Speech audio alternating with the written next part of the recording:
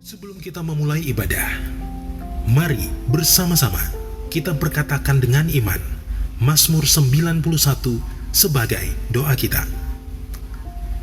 Dalam lindungan Allah, orang yang duduk dalam lindungan yang maha tinggi dan bermalam dalam naungan yang maha kuasa akan berkata kepada Tuhan, tempat perlindunganku dan kubu pertahananku, Allahku yang kupercayai. Sungguh, dialah yang akan melepaskan engkau dari jerat penangkap burung, dari penyakit sampar yang busuk. Dengan kepaknya, ia akan menudungi engkau. Di bawah sayapnya, engkau akan berlindung. Kesetiaannya ialah perisai dan pagar tembok. Engkau tak usah takut terhadap kedahsyatan malam, terhadap panah yang terbang di waktu siang, terhadap penyakit sampar yang berjalan di dalam gelap, terhadap penyakit menular yang mengamuk di waktu petang.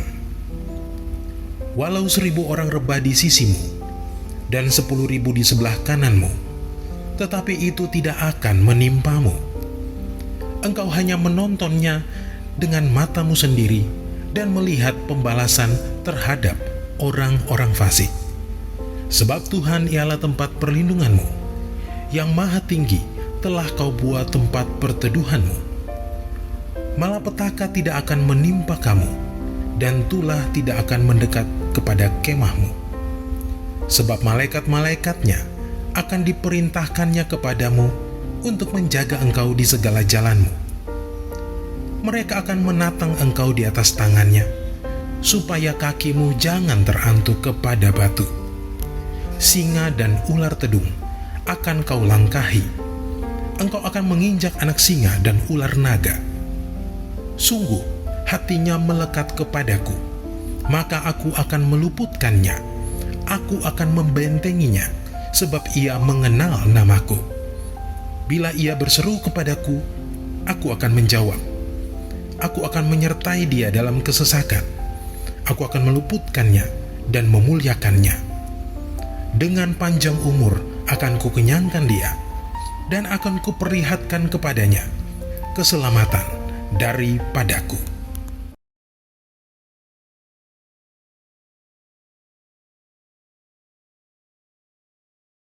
Shalom saudara, saya percaya hari ini kita semua dalam keadaan yang baik dan luar biasa. Dalam edisi Voice of Pentecost kali ini, kita akan membahas berkat bagi orang yang menjaga integritas hidup. Kita seringkali mendengar bahwa banyak orang sukses dan pintar, tetapi sedikit yang mempunyai integritas. Di dalam Alkitab terjemahan NIV, tercatat ada 22 kata integrity. Hal ini menunjukkan betapa pentingnya integritas di mata Tuhan. Lalu pertanyaannya adalah, mengapa orang percaya diminta untuk menjaga integritas? Orang-orang yang menjaga integritas, hidupnya akan mendapatkan keamanan, perlindungan, anak cucunya akan ikut bahagia, tuntunan, serta perkenanan dari Tuhan. Di dalam Efesus 4 ayat pertama mengisahkan bagaimana Paulus yang sedang dipenjara memberikan nasihat kepada jemaat di Efesus supaya mereka menaruh bobot panggilan sebagai anak-anak Tuhan seimbang dengan gaya hidup yang menunjukkan kualitas moral dan karakter yang sesuai. Sekarang kita akan mempelajari berkat dan manfaat dari orang yang menjaga integritas hidupnya. Yang pertama, keamanan dan perlindungan dari Tuhan. Amsal 10 ayat 9 berkata, siapa bersih kelakuannya, aman jalannya. Tetapi siapa berliku-liku jalannya akan diketahui. Kata bersih kelakuan di dalam terjemahan NIV menggunakan kata walks in integrity. Kenapa aman? Karena susah orang lain untuk mencari celah untuk menjatuhkan. Seperti contoh, orang Farisi berusaha berkali-kali untuk menjatuhkan Yesus, tetapi tidak berhasil. Dengan menjaga integritas, segala aspek kehidupan kita akan aman. Yang kedua, tuntunan Allah akan semakin tajam. Amsal 11 ayat 3 berkata, orang yang jujur dipimpin oleh ketulusannya, tetapi pengkhianat dirusak oleh kecurangannya. Tuntunan roh kepada setiap orang percaya akan semakin efektif ketika kita juga berlatih untuk hidup sesuai dengan prinsip-prinsip firman Tuhan. Semakin kita dituntun oleh Roh Kudus, maka kita semakin masuk ke dalam kehendak Bapa. Yang ketiga, keturunannya akan berbahagia. Amsal 20 ayat 7 berkata, orang benar yang bersih kelakuannya, berbahagialah keturunannya. Integritas di ayat ini digambarkan dengan kata bersih kelakuannya. Bersih kelakuan di sini artinya kita menghidupi kebenaran firman. Dalam Mazmur 37 ayat 25-26 dikatakan orang yang benar anak cucunya akan menjadi berkat. Mereka tidak akan meminta-minta roti.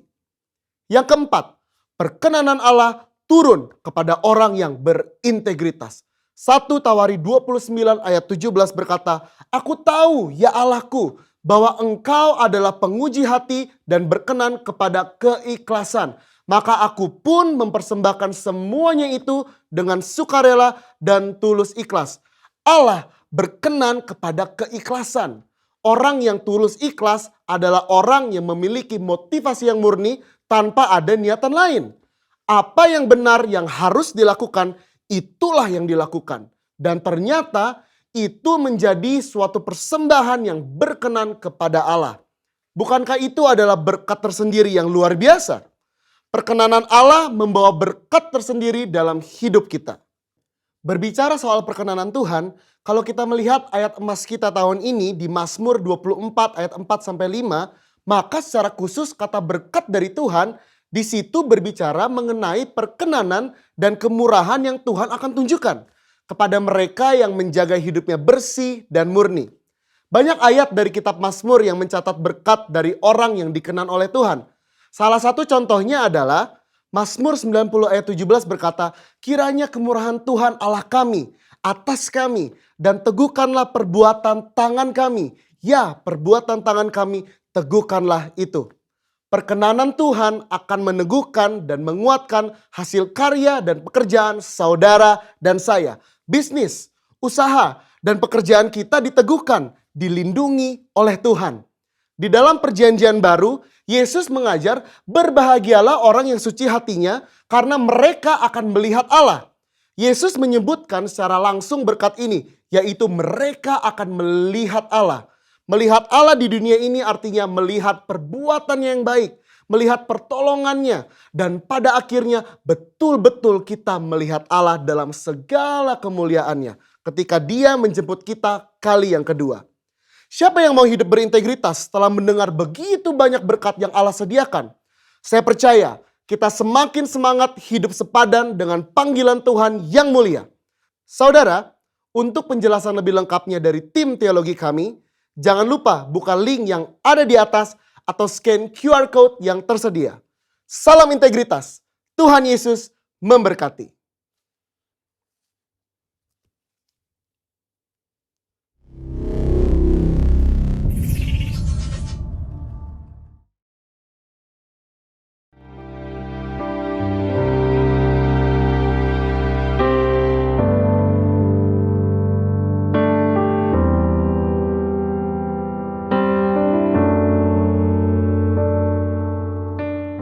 Shalom saudara yang terkasih dalam Tuhan, dimanapun saudara ada berada, di rumah-rumah atau mungkin juga dalam perjalanan. Saya yakin berkat dan kemurahan Tuhan tetap tinggal dalam hidup saudara. Sebelum memasuki ibadah kita, mari kita berdoa. Bapa, kami bersyukur kepadamu, kami berterima kasih buat hari-hari yang kami lewati bersama dengan Tuhan. Terima kasih buat napas kehidupan, kesehatan, apapun yang Tuhan sediakan di hari-hari ke depan. Bahkan di hari yang lalu begitu hebatnya Tuhan menolong kami. Kami tahu Tuhan, sebab di dalam Engkau satu-satunya pertolongan dan kekuatan kami, dan sumber kuat kami dalam Engkau Tuhan. Kami mau bersorak bagi nama Tuhan, kami mau muji nama memuliakan Engkau. Mari hadirlah Tuhan di setiap tempat dimanapun kami berada. Dalam nama Tuhan Yesus, amin. Sebab Engkau adalah satu-satunya Tuhan dalam hidup kami. Dan kehidupan kami diubahkan oleh Tuhan dan diberkati oleh Tuhan.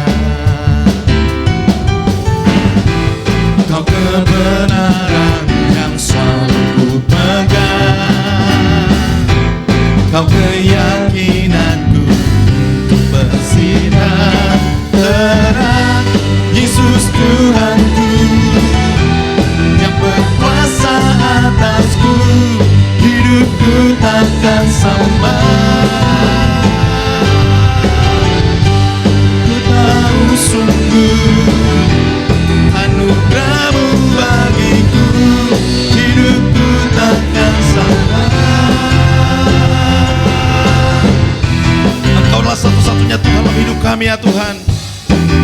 Engkau mengubahkan kami.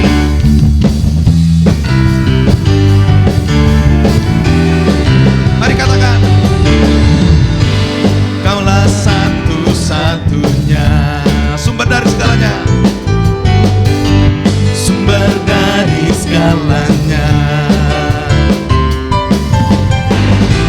Kau kebenaran yang selalu ku pegang. Kau keyakinanku bersinar terang. Yesus Tuhanku yang berkuasa atasku, hidupku takkan sama. Ku tahu sungguh anugerah-Mu bagiku, hidupku takkan sama. Yesus Tuhanku yang berkuasa atasku, hidupku takkan sama. Ku tahu sungguh anugerah-Mu bagiku, hidupku takkan sama.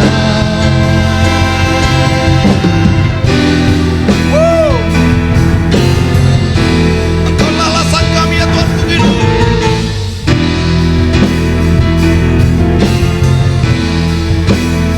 Mari katakan, Engkaulah alasan untuk ku hidup, hanya menyenangkan-Mu.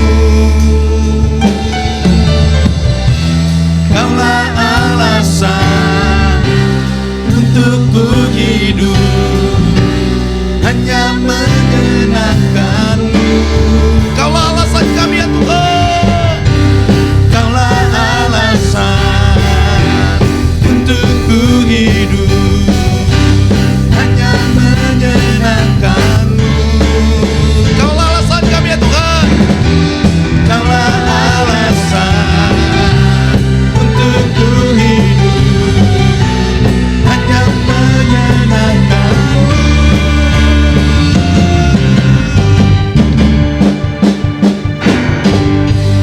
Yesus Tuhanku yang berkuasa atasku, hidupku takkan sama.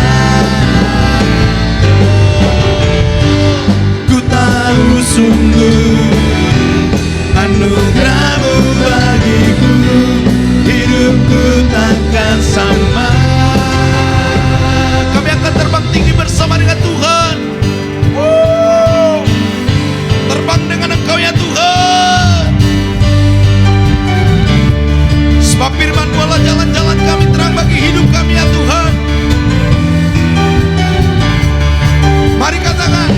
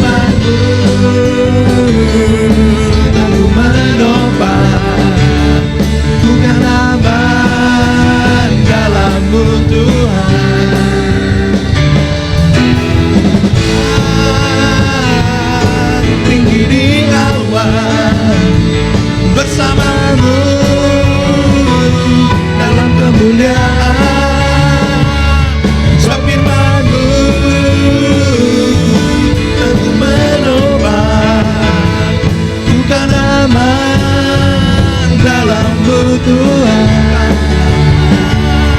ku kan aman dalam-Mu Tuhan, ku kan aman dalam-Mu Tuhan. Terima kasih ya Tuhan, terima kasih buat semua janji-Mu.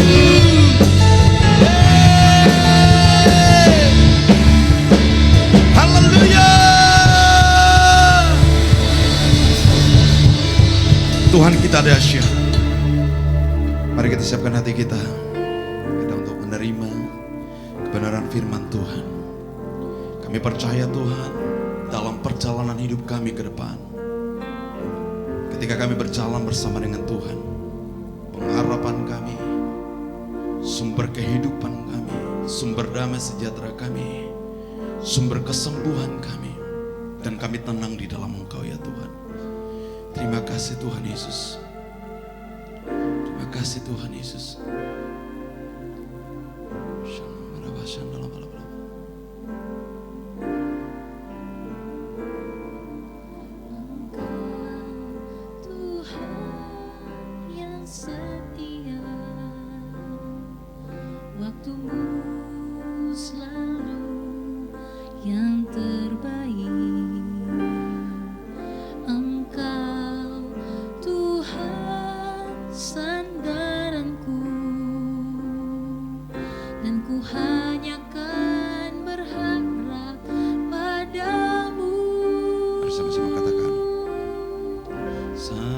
Satu-satunya yang ku andalkan,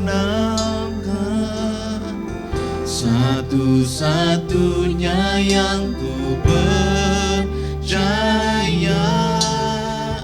Engkau sumber kekuatan, sumber pengharapan, sumber keramaian. Satu-satunya yang ku andalkan, satu-satunya yang ku percaya, Engkau Tuhan memberkati, Tuhan penyembuhku, Tuhan pemulihku. Ini doa kami kepadamu ya Tuhan. Engkau Tuhan yang setia, waktumu selalu yang terbaik. Engkau Tuhan sandaranku, dan ku hanya kan berharap padamu. Satu-satunya yang ku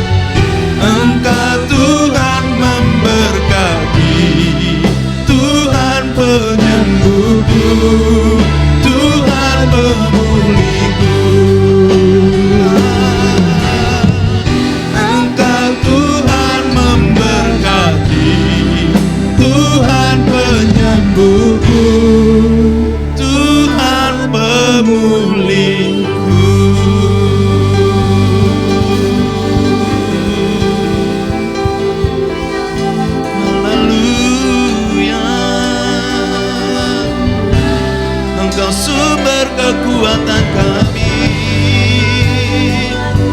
sumber pengharapan kami Engkau, sumber damai sejahtera, sumber kekuatan di hidup kami hanya Engkau ya Tuhan.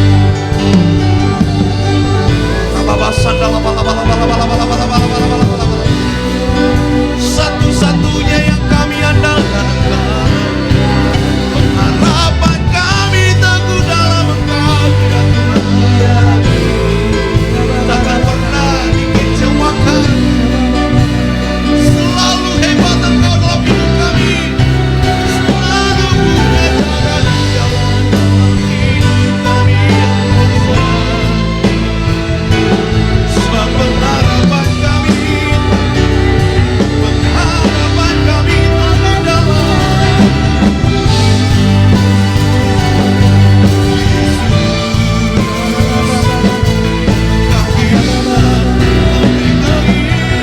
dalam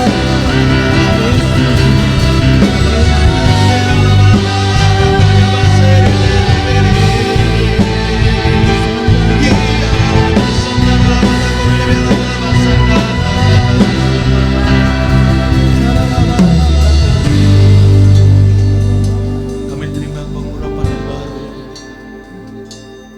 dan kami siapkan hati kami untuk menerima firman-Mu yang mengubahkan, menguatkan, menyembuhkan kami. Urapi hamba-Mu yang menyampaikan isi hati-Mu, biar Roh Kudus yang memberikan pengertian bagi setiap kami. Dalam nama Tuhan Yesus, amin. Shalom.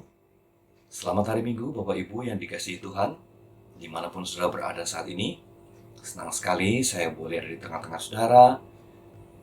Biarlah kita pagi ini boleh sama-sama menikmati hadirat Tuhan, berkat Tuhan, melalui pujian penyembahan kita, melalui doa kita, dan perenungan kita akan firman Tuhan. Supaya kita tetap kuat dalam Dia, bahkan kita mengalami janji Tuhan, berkat Tuhan dalam kehidupan kita. Saudara, kalau saudara perhatikan, maka kita ini genap setahun ya, menikmati situasi dan kondisi seperti ini. Ya, rasanya banyak di antara saudara yang setuju dengan saya bahwa setahun yang berlalu ini kita menemukan bahwa ada begitu banyak teori, begitu banyak pengharapan-pengharapan mungkin yang kita pikir kita akan alami, kita akan terima.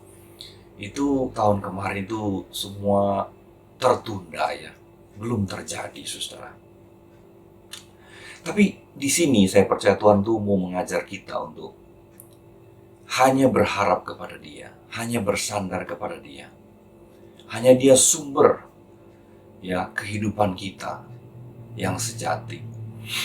Nah, Alkitab mengajarkan bahwa kalau kita berharap kepada Dia, pengharapan kita tidak akan pernah mengecewakan.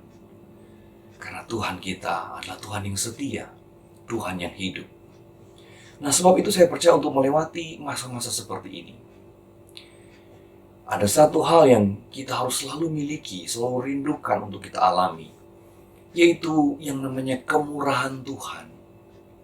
Saya percaya kita semua setuju bahwa untuk melewati semua tantangan ini, untuk membuat kita tetap bertahan, bahkan keluar sebagai pemenang, kita sangat memerlukan, yaitu kemurahan Tuhan, belas kasihan Tuhan, kasih karunia daripada Tuhan, saudara.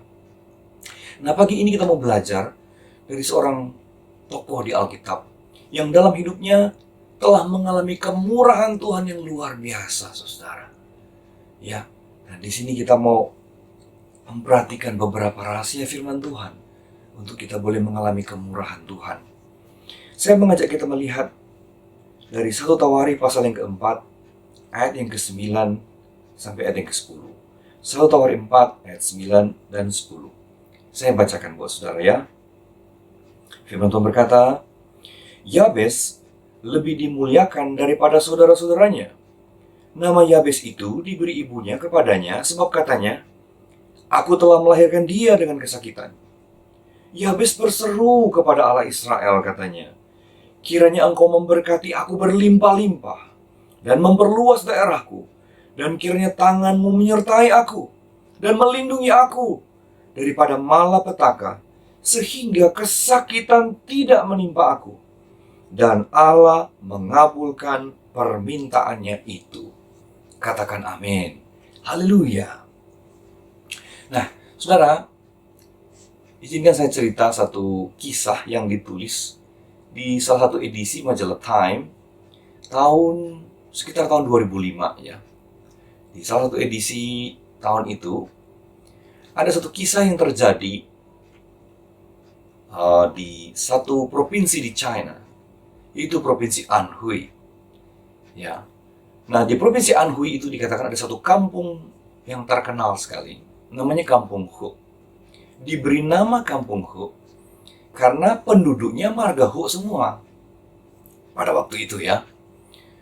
Nah, ceritanya begini, 1000 lebih tahun yang lalu ya, dikatakan ada seorang dukun dari kampung lain yang nggak suka dengan kampung itu.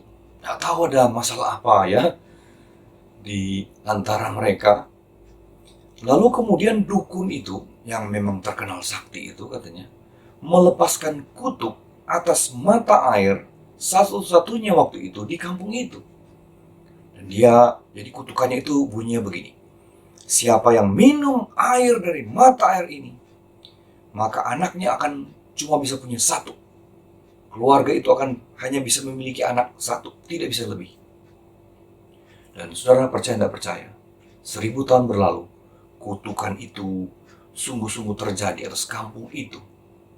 Sampai kemudian mereka itu, ya karena perkembangan teknologi dan sebagainya, mereka bisa menemukan mata air yang lain, sehingga mata air yang dikutuk itu tidak dipakai lagi.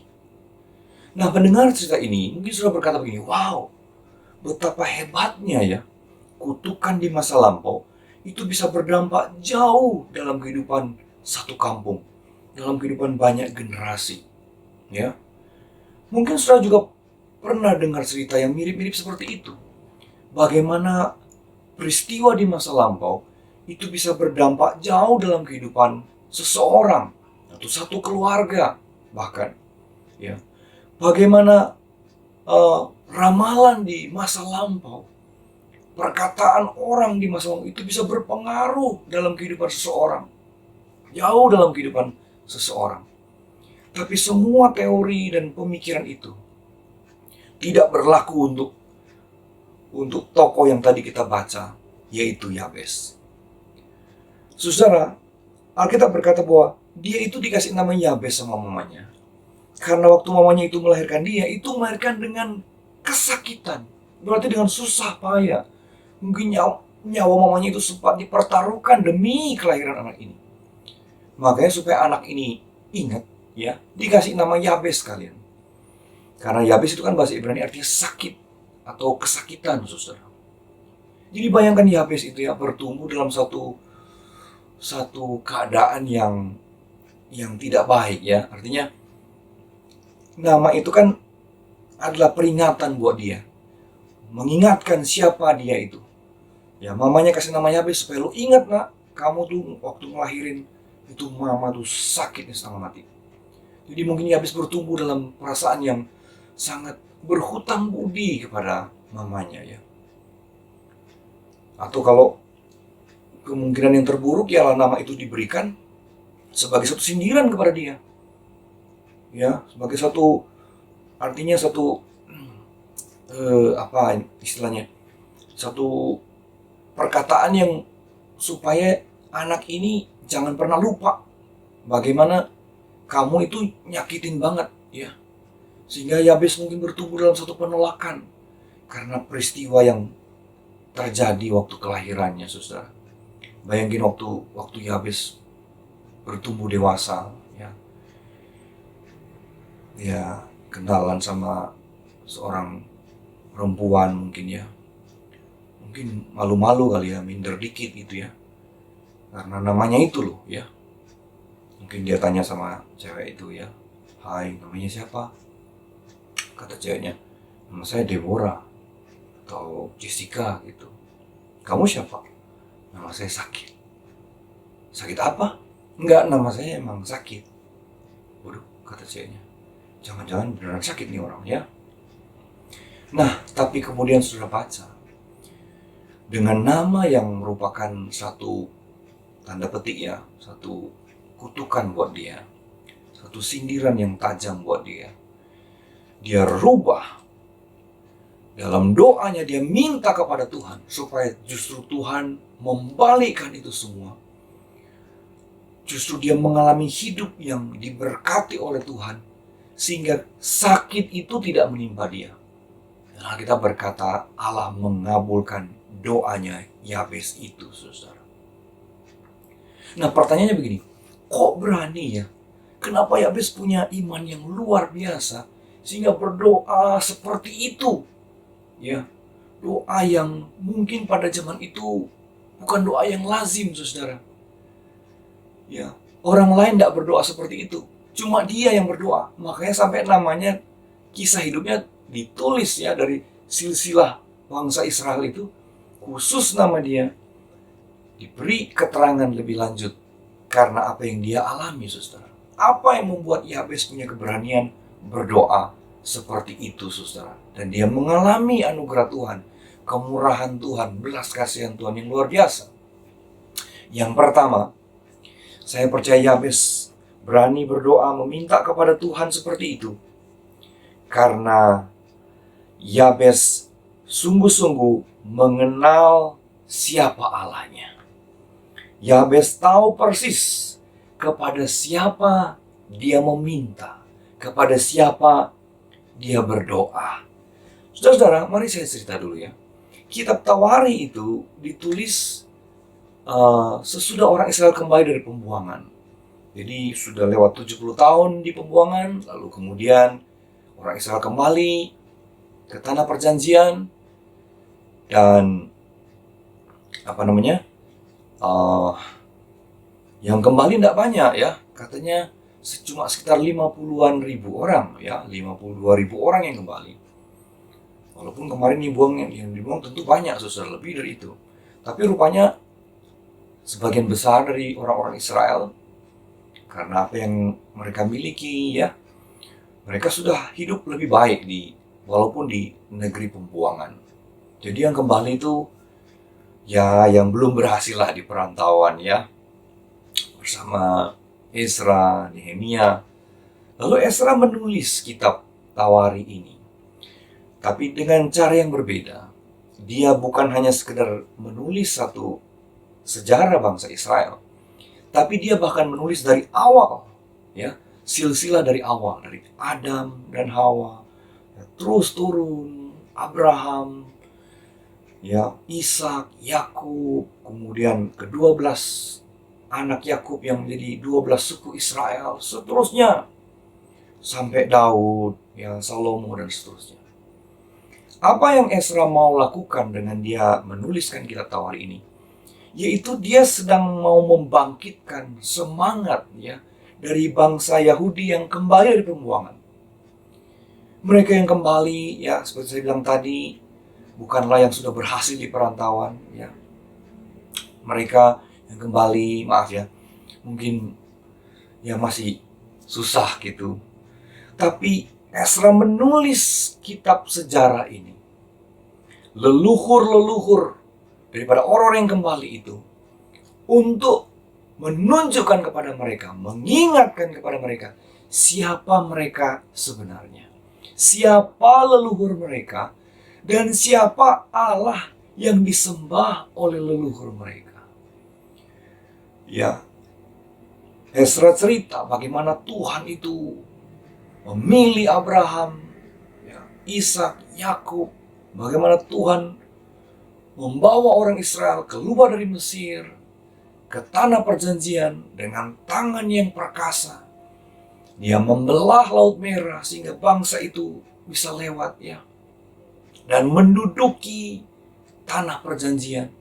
Ezra cerita bahwa nenek moyangnya itu adalah seorang raja yang luar biasa, hebat. Dipakai Tuhan dengan dahsyat, namanya Daud.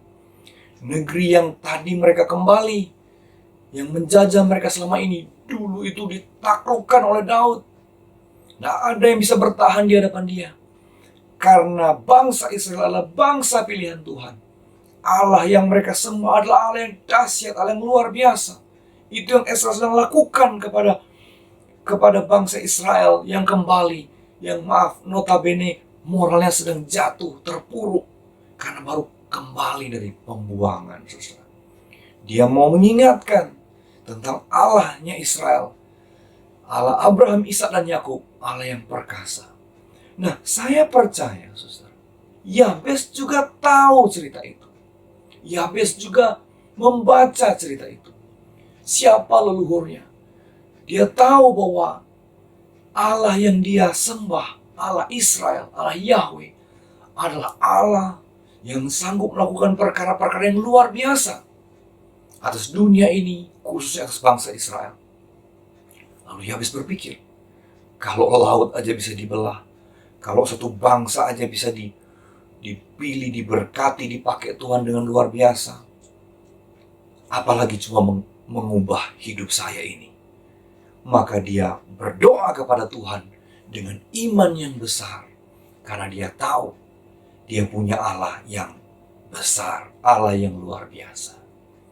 Nah, sebab itu saya percaya, saudara, kalau saudara ingin mengalami kemurahan Tuhan, nomor satu, pastikan kita mengenal sungguh-sungguh siapa Allah kita.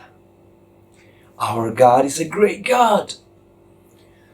Allah yang baginya tidak ada yang mustahil, yang bahkan sanggup membuat yang tidak ada menjadi ada, apalagi hanya memulihkan yang sudah ada, saudara. Sebab itu saya percaya hari-hari ini kita harus lebih mengenal Tuhan kita. Kita harus lebih mendekat kepada Tuhan, bergaul karib dengan Tuhan, supaya kita boleh semakin mengenal kuasanya, kemampuannya dalam kehidupan saya dan saudara. Cara yang paling mudah untuk mengenal Tuhan adalah dengan membaca firman Tuhan, saudara. Sebab itu tidak jemu-jemu kita semua boleh saling mengingatkan bahwa jangan pernah berhenti untuk membaca Alkitab. Jangan kasih kendor baca Alkitab, saudara ya. Supaya iman saudara bangkit. Dan saudara boleh menemukan kisah-kisah bagaimana Tuhan menolong umatnya. Tuhan melakukan mujizat kepada orang-orang yang berseru kepadanya. Saudara, pembacaan saudara akan firman Tuhan menjadi rahasia untuk saudara itu mengenal Tuhan. Pengenalan saudara akan Tuhan akan membangkitkan iman saudara, sehingga saudara punya pengharapan yang di luar, ya, mungkin di luar pengharapan yang lain, saudara. Ini yang selalu saya katakan bahwa iman itu sangat subjektif, ya. Pengenalan kita menentukan seberapa besar iman kita. Kenapa ada orang yang berdoa, begitu, maaf ya, bukan muluk-muluk ya, tapi doanya tuh besar gitu, hebat gitu. Saya percaya karena dia punya iman yang besar juga gitu.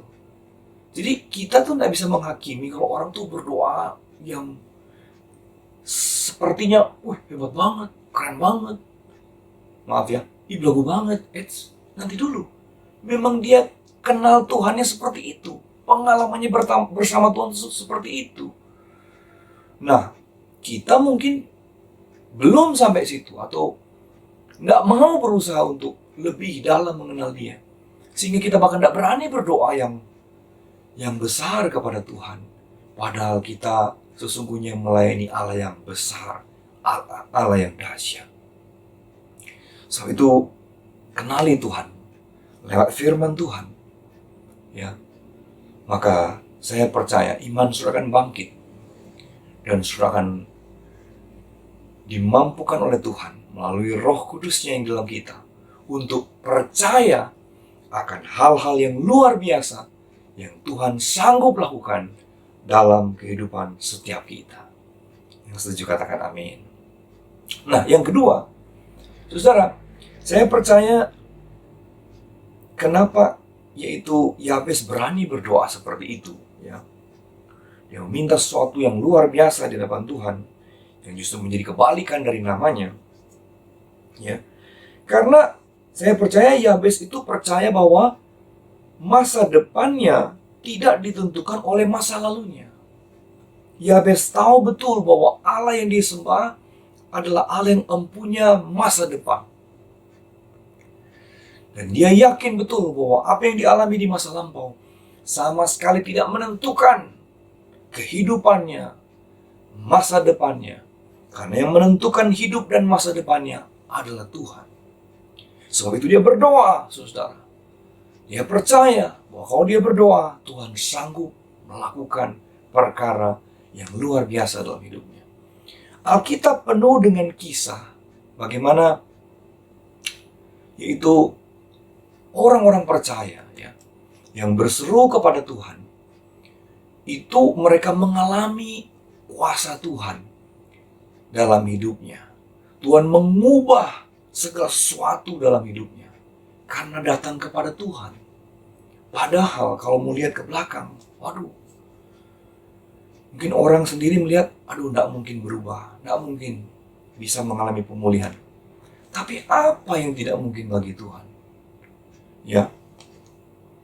Nah, saya ingat ada satu cerita yang mungkin sudah pernah baca juga.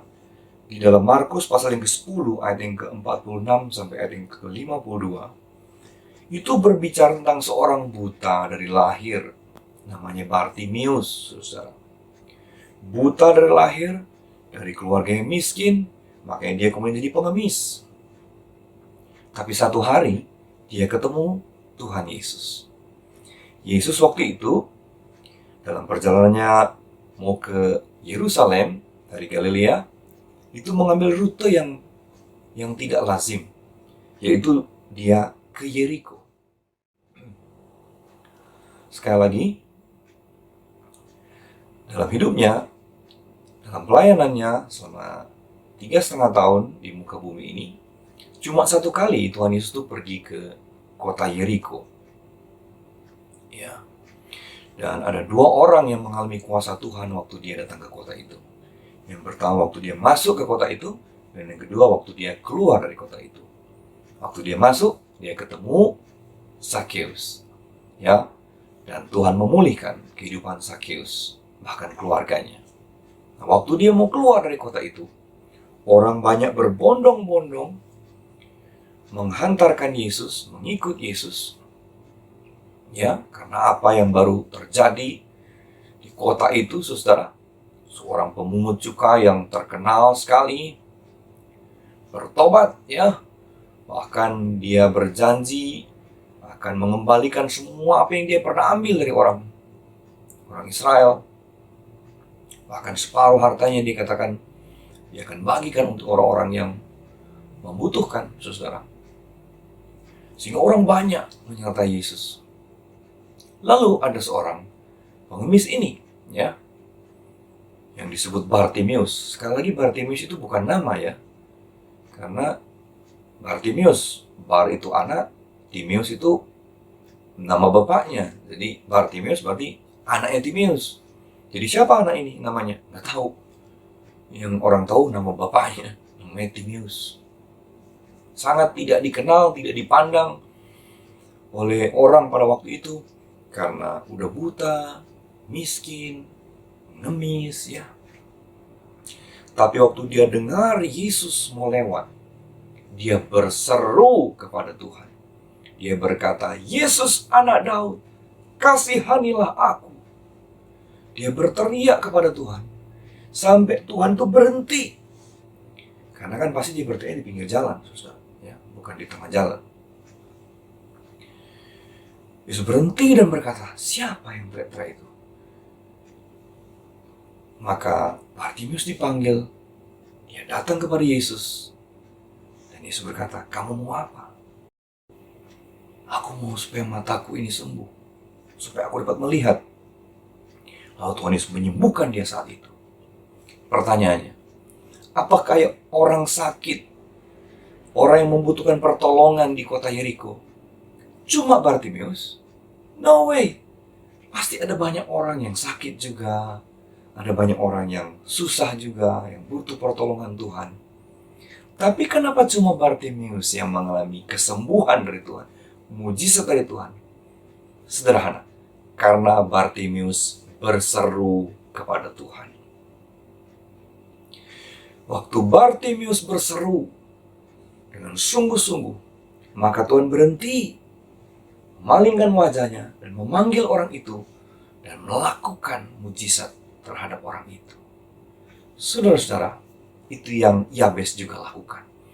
Dia tidak hanya berdiam diri dan merenungi nasibnya, ya, nama saya sakit, saya pasti akan hidup dalam kesakitan, hidup saya akan malang. Tidak, saudara, itu tidak dia lakukan. Dia justru berseru kepada Tuhan, karena dia percaya Tuhan itu sanggup mengubah kehidupannya.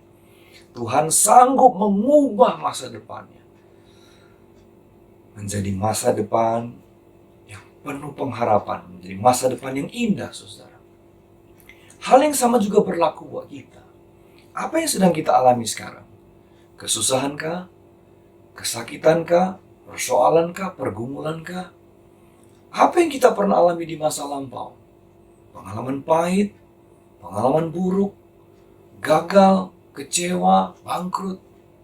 Tapi dengar baik, masa lalu kita, pengalaman kita hari ini atau hari yang lampau, sama sekali tidak menentukan apa yang akan kita terima di hari esok, di masa depan kita.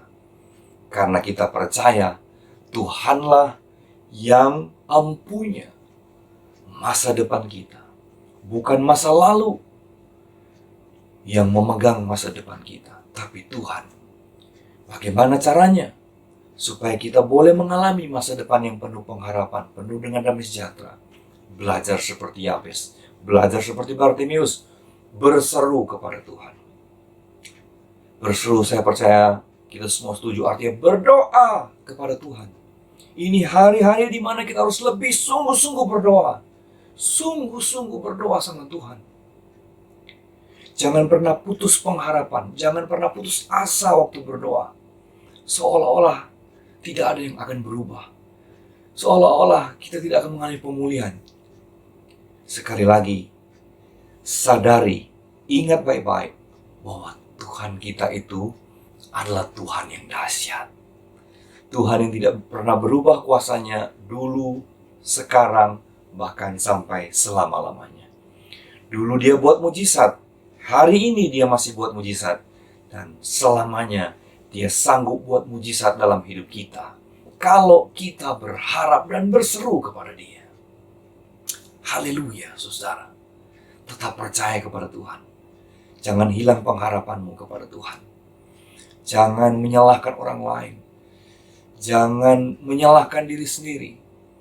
Atau apapun juga, saudara. Tapi mari datang kepada Tuhan dan minta kasih karunia Tuhan. Minta kemurahan Tuhan. Nah, yang ketiga, yang terakhir, kenapa Yabes mengalami kemurahan Tuhan, berkat Tuhan, kasih karunia Tuhan dalam hidupnya?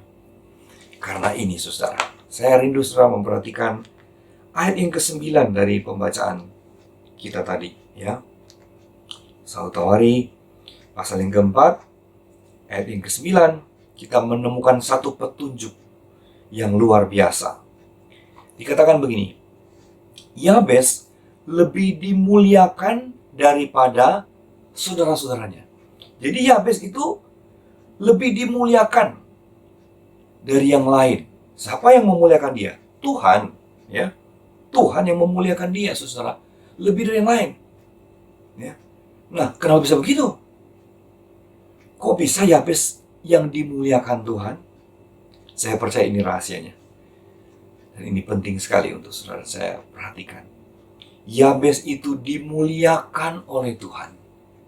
Karena pasti Yabes itu hidupnya memuliakan Tuhan. Sederhana. Amin. Kalau kita hidup memuliakan Tuhan, maka saya percaya Tuhan juga pasti akan memuliakan kita. Yabes tahu persis yang namanya hukum tabur tuai. Apa yang dia tabur, dia pasti akan tuai. Kalau dia hidup mengasihi Tuhan, maka dia percaya Tuhan pasti mengasihi dia. Dan itu yang terjadi. Kalau dia hidup memuliakan Tuhan, maka dia percaya Tuhan pasti memuliakan dia. Dan itu yang terjadi. Sebab itu, apa yang saudara inginkan Tuhan lakukan dalam hidup kita, mari kita juga jadi seperti apa yang kita rindukan itu. Kalau kita ingin merindukan kemurahan Tuhan, marilah kita jadi orang yang murah hati juga. Kalau kita ingin dimuliakan oleh Tuhan, ya, diangkat oleh Tuhan, diberkati oleh Tuhan, marilah kita juga menjadi pribadi yang memuliakan Tuhan dengan apa yang kita miliki, saudara. Marilah kita jadi pribadi yang menjadi berkat bagi orang lain.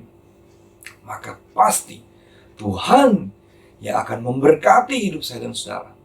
Ya, Dia akan selalu menjadi penyedia bagi kerinduan kita untuk menjadi berkat. Saya percaya saudara tahu bahwa kita ini kan cuma saluran berkatnya Tuhan. Kalau kita ingin jadi berkat, kita berdoa untuk jadi berkat, maka Tuhan akan berkati hidup kita. Ya, berkat itu pertama datang dalam hidup kita dulu, sehingga kita menjadi saluran berkat, saudara. Nah, kalau saudara itu tidak pernah punya kerinduan untuk menjadi berkat, maka maaf ya saudara, saudara percuma berdoa minta berkat. Artinya berkat itu yang tidak akan maksimal dalam hidup saudara.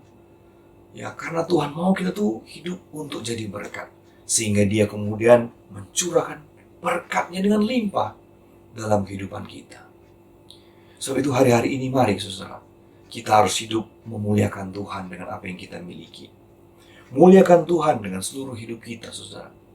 Hidup takut akan Tuhan, dengar-dengaran sama Tuhan, hidup mengasihi Tuhan, hidup dalam kekudusan.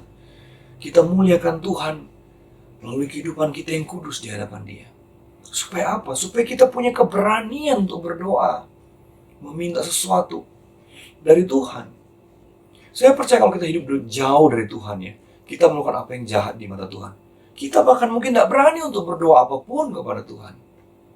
Tapi kalau kita dekat dengan Tuhan, kita mengasihi Tuhan, hidup kita memuliakan Tuhan, maka saudara, Roh Kudus sendiri akan mendorong kita, menolong kita untuk memiliki iman untuk berdoa dengan doa yang penuh kepercayaan bahwa Tuhan sanggup melakukan perkara yang luar biasa dalam kehidupan kita. Haleluya, saudara. Ya, mari saudara, kita sungguh-sungguh mengalami janji Tuhan hari-hari ini.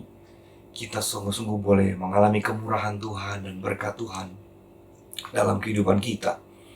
Kita percaya bahwa masa lalu kita tidaklah menentukan masa depan kita, tapi Tuhanlah yang mempunyai masa depan kita.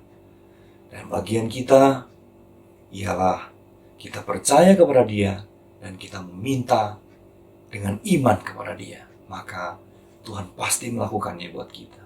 Saya tutup dengan ayat ini, saudara. Di dalam Keluaran pasal 33 ayat yang ke-15 sampai ayat yang ke-17, ya. Keluaran pasal 33 ayat yang ke-15 sampai 17, perikopnya berjudul Musa meminta penyertaan Tuhan di gurun. Ini adalah kisah ketika Musa sedang memimpin orang Israel dalam pengembaraan di padang gurun on the way ke tanah perjanjian. Lalu Musa menjumpai bahwa, wah, tidak mudah ternyata memimpin bangsa Israel ini. Dia tidak sanggup lagi melewati padang gurun ini. Ya, mungkin mirip-mirip kita juga, ya. Kita sedang melewati satu padang gurun yang cukup berat, ya, dalam kehidupan kita saat ini karena situasi dan kondisi yang ada di sekeliling kita. Lalu Musa berdoa kepada Tuhan. Dia minta kemurahan Tuhan. Dia minta kasih karunia Tuhan bagi dirinya. Di dalam ayat yang ke-15 saya baca, berkatalah Musa kepadanya, jika engkau sendiri tidak membimbing kami, janganlah suruh kami berangkat dari sini. Dari manakah gerangan akan diketahui bahwa aku telah mendapat kasih karunia di hadapanmu, yakni aku dengan umatmu ini? Bukankah karena engkau berjalan bersama-sama dengan kami, sehingga kami, aku dengan umatmu ini, dibedakan dari segala bangsa yang ada di muka bumi ini? Berfirmanlah Tuhan kepada Musa, juga hal yang telah kau katakan ini akan kulakukan, karena engkau telah mendapat kasih karunia di hadapanku, dan aku mengenal engkau. Saudara, Musa berdoa begini sama Tuhan, Tuhan, apa yang bikin aku beda dengan orang lain? Apa yang bikin bangsa ini berbeda dengan bangsa-bangsa lain?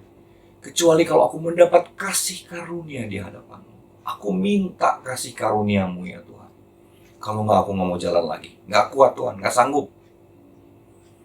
Kata Tuhan, karena kamu yang minta, aku beri kasih karunia. Karena Musa meminta kepada Tuhan, maka Tuhan mengabulkannya.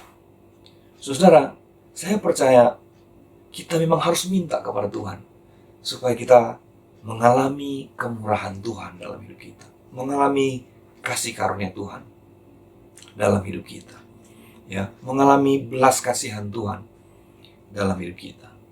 Itu akan memampukan kita untuk melewati masa-masa yang sukar dalam hidup ini.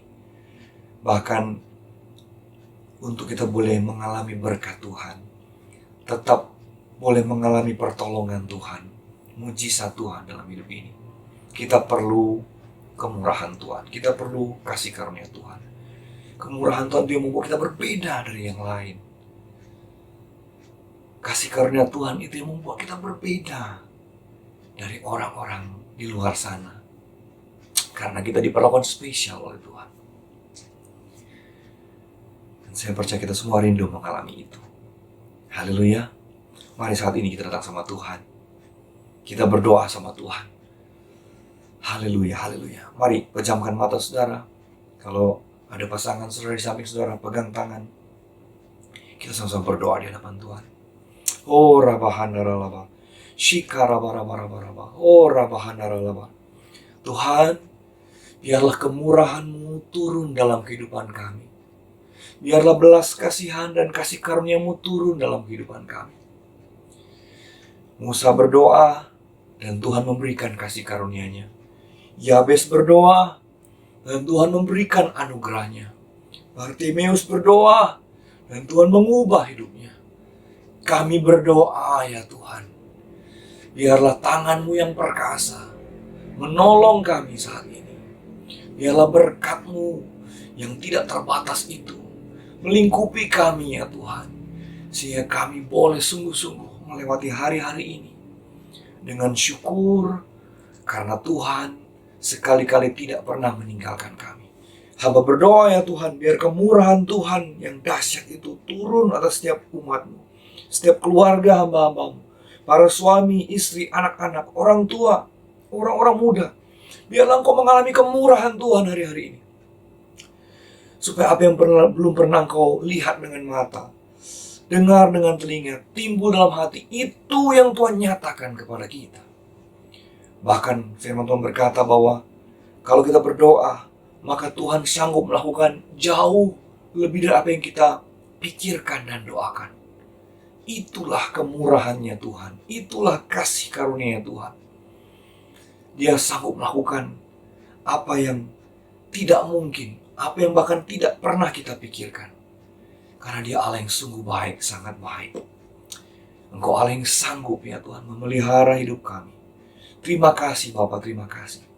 Kemurahan demi kemurahan itu yang akan kami alami hari-hari ini dan hari-hari ke depan dalam kehidupan kami. Karena Engkau menentukan bahwa masa depan kami adalah masa depan yang penuh dengan damai sejahtera, penuh dengan pengharapan. Terima kasih Bapa Surgawi, berkati gereja-Mu, berkati kami semua. Dalam nama Tuhan Yesus kami berdoa dan mengucap syukur. Sama-sama katakan, amin.